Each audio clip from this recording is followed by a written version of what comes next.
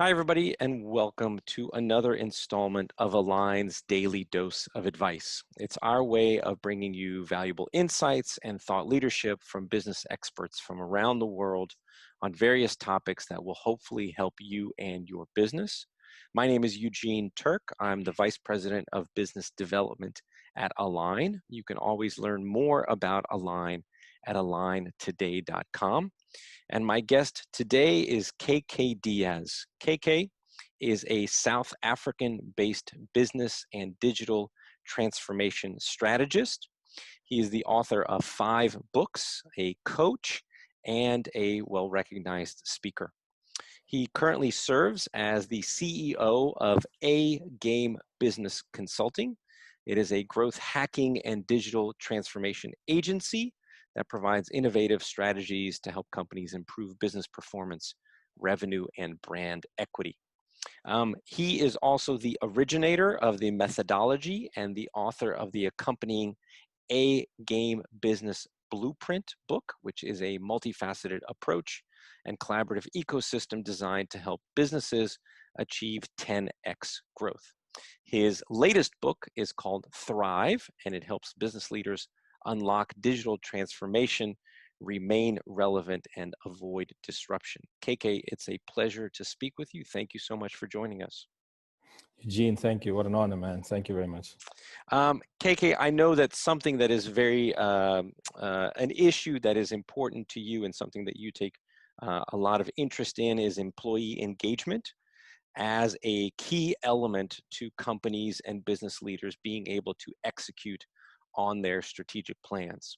And so I thought that we might spend some time today sort of talking about that subject. I know that business leaders have, for the most part, always struggled with strategic execution. It's really working on the business rather than just in the business. In your opinion, sort of what are some of the common challenges that business leaders face related to this problem? Thanks for the questions. I think related to the problem, obvious things like failure in the execution of the strategy, right? Not meeting the goals as set out in the business strategy, and which is, I guess, not what we want as business leaders. We want to obviously achieve the growth. We want to achieve our goals, and obviously achieve our personal and business aspirations. And what I feel is one of the biggest causes of this lack of success in strategy execution has to do a lot with the lack of engagement in as far as the staff, the teams, and the managers within the business are concerned. And I feel that not enough effort is being made to engage staff precisely during the process of developing the strategy.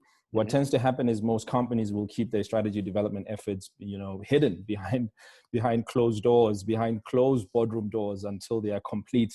And then only at that point do they then share them with their staff.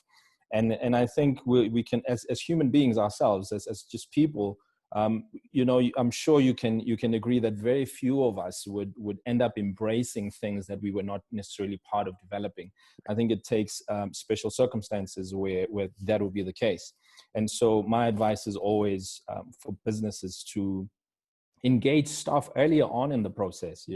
Go out there and speak to your people, find out who they are, what they want, what they're looking to achieve, what they think the business is capable of achieving. And more importantly, which is very useful for business leaders, is ask your people, what do they think would potentially stand in the way of the business actually achieving its strategy. And I think that's one of the easiest ways to start the engagement earlier on in the process, i.e., maybe just define the vision at a holistic level, share it with your staff, and get them to engage you in how they would go about achieving that vision and therefore laying out and defining the strategy. Yeah, it's really about using your employees, which can many times be your greatest asset to sort of help you form your strategic plan. I know that you're very active on LinkedIn, and in a recent post, you said something along those same lines. You said that organizations don't align behind their strategy because it isn't important. Again, focusing more on working in the business rather than on the business. And Mm. what do you mean by that? Why is it that they don't align behind their strategy? So, typically there are a lot of things that happen in our communities, right? And even again, us as human beings, as your normal folk, we would only typically get involved in some of the initiatives and activities that we feel are important to us. And they'll typically be important to us because they speak to us, right? In as far as either our aspirations are concerned, either they speak to what's important to us in as far as what we'd like to achieve in our lives and the things that are important in our lives. Take, for example, what's happened now with the pandemic. The pandemic has really hit some sort of, have forced us as people to hit a reset button of some sort. Our consciousness as people has really risen to a point where we are taking who we are a little bit more serious now, the kind of people that we spend our days and lives with, and more so the work that we are doing, right? Hmm. And how that work speaks to the purpose that we believe we are on this earth to fulfill. And so if I feel as a person, is that if I feel that a business's purpose or lack thereof does not speak to mine, or is completely misaligned to mine, what is the likelihood that I'm going to take it serious? What is the likelihood that I'm going to feel that it's important? And so you might feel, one might say, but we can't align every business purpose to every individual's different purpose. And I say, yes, that might be the case.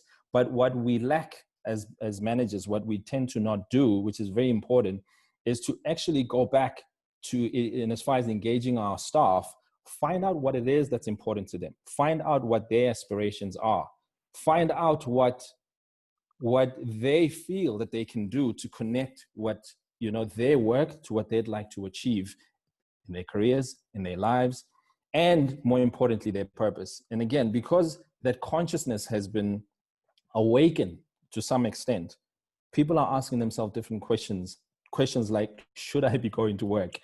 What am I going to do at work, right? Again, this is one of those questions that managers and leaders can use to engage their staff and find that alignment. And when you found that alignment, you then have a better chance of ensuring that the business's strategy will be important enough to your staff, to your managers, and to your teams, important enough for them to feel engaged and to actually help you execute on that strategy. So let's follow up on that. Obviously, the pandemic has significantly impacted both our personal and professional lives. As much as, like you mentioned, it has really changed sort of the business landscape. Everyone is now working remotely, or at least certainly has been for the past few months, although some True. businesses are now reopening. Mm. And obviously, the fact that we are all separate and apart has a impact, in some cases negative, in some cases positive, or at least in some cases it is just proven that we can be at least productive when we're remote. But it Yeah. does have an impact on employee engagement. Mm. We're obviously not all in this shared workspace like we used to be. True. Do you have any suggestions for business leaders and managers about how to improve employee engagement when we are all apart like we are now? True. So there's one part of management that is neglected, I think, in as far as going back to how aligned and engaged our staff really are to their positions and the work that they do, that we as leaders have ignored, for the longest of times, and that speaks to what we call natural talent. So natural talent really speaks to an individual's natural ability to do what they can do to contribute to the world, right? And I'm gonna just share with you a few points with you. Now, engagement is also driven quite significantly by how enthusiastic your people feel towards their work, Hmm. how confident, i.e., their ability to do their work. And I think confidence is one of those feelings, so to speak, that have been shaken since the COVID-19 pandemic. So people feel less able to do what they used to be able to do. And because there's been so much disruption to the businesses in our work spaces as we've known them, we feel less empowered, right? And therefore it messes up with our levels of inspiration, which decreases the value of our contribution at work, and therefore we feel less valued. I think if companies want to truly, business leaders rather want to truly, raise up the levels of engagement, we have to relook at our staff, at our people's natural talent, i.e., what is it that we can do to find out more about our staff's natural talent that will lead to them. Our people base are really enthusiastic, confident, and feel empowered, as driven by their natural talent. So if I'm a great salesperson, right? If you want to keep me engaged, keep giving me sales related roles. Okay. Sales related roles that keep me energized, that keep me active. And those roles, that role may not necessarily mean one of a manager, but it means one that helps me to continue engaging with people outside. Give me an opportunity to pick up the phone and connect with people, because maybe my natural talent is one of a people connection. I need to feel connected to people all the time. But the minute you take that away from me, and maybe it might be because of ignorance, i.e., you don't know what my natural talent is and what it is that I truly love about my job, and so you might stifle that. So again, to help increase employee engagement, let us go back to what our staff's natural talents are, what their personality traits are, what their strengths and therefore their weaknesses are, and find the best way to align our people's natural abilities to the roles that we provide them. If we don't do that, we are definitely going to see a further decline in the engagement of our people's performance in their jobs. Great advice. So there's been lots of buzzwords in 2020, obviously pandemic and pivot.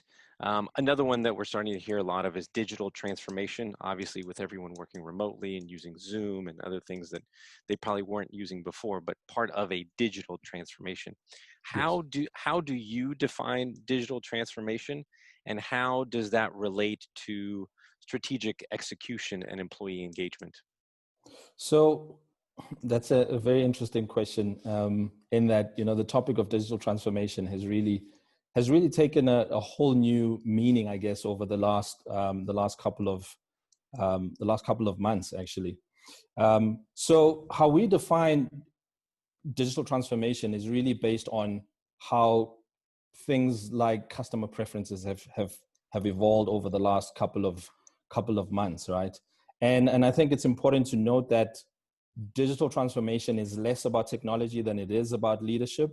But we define it as a way that companies would use and integrate digital technology into all the areas of their business, in order to fundamentally change how they do business, to change how they provide value to their customers, how they empower their people to do the work that they do. For example, if you look at the phenomena of work from home, I mean, that's all digital transformation, i.e. using digital technology to enable our people. And more than anything, it's about using digital technology to deliver value, to improve the value we provide to our customers, to our stakeholders, to our customers, or rather to our communities and even our suppliers. And moreover, it really represents a cultural change that requires organizations to continually change, to experiment, and to, as we like to say, to be comfortable with failure, because the new times that we are in requires us to do things that we've never done before, and digital technology can enable companies to do that. And it's really about being courageous, feeling brave enough to take those steps to be experimental and experiential. KK, the question that I ask everyone who comes on the Daily Dose of Advice: what is the number one piece of advice that you are giving to your coaching and consulting clients right now? So, I mean, it's really twofold. One is be comfortable with being vulnerable, right? And secondly is nobody is expected to have all the answers. And added to that is nobody likes the boss who has all the answers. Okay. Mm-hmm. So, and going back to engagement, I think go back to your people and seek counsel from them. You don't have to be the one that has all the answers. engage your people, make them feel like they're part of the journey that you are on, and don't feel like you have to take up all the heavy load onto your shoulders. Share it amongst your people. Make them feel like you believe in their ability to share that load with you, and they will repay you with tons and tons of more engagement. KK, always a pleasure speaking with you. Thank you for taking the time and sharing your thoughts and insights with us. For those of you that would like to learn more about KK, please visit his website at agamebusiness.com. Again, if you'd like to learn more about Align, please check out aligntoday.com. And we hope that you will join us next time. Till then, thank you so much, and we hope that you make it a great day. Thanks, KK. Thanks, Eugene. Cheers.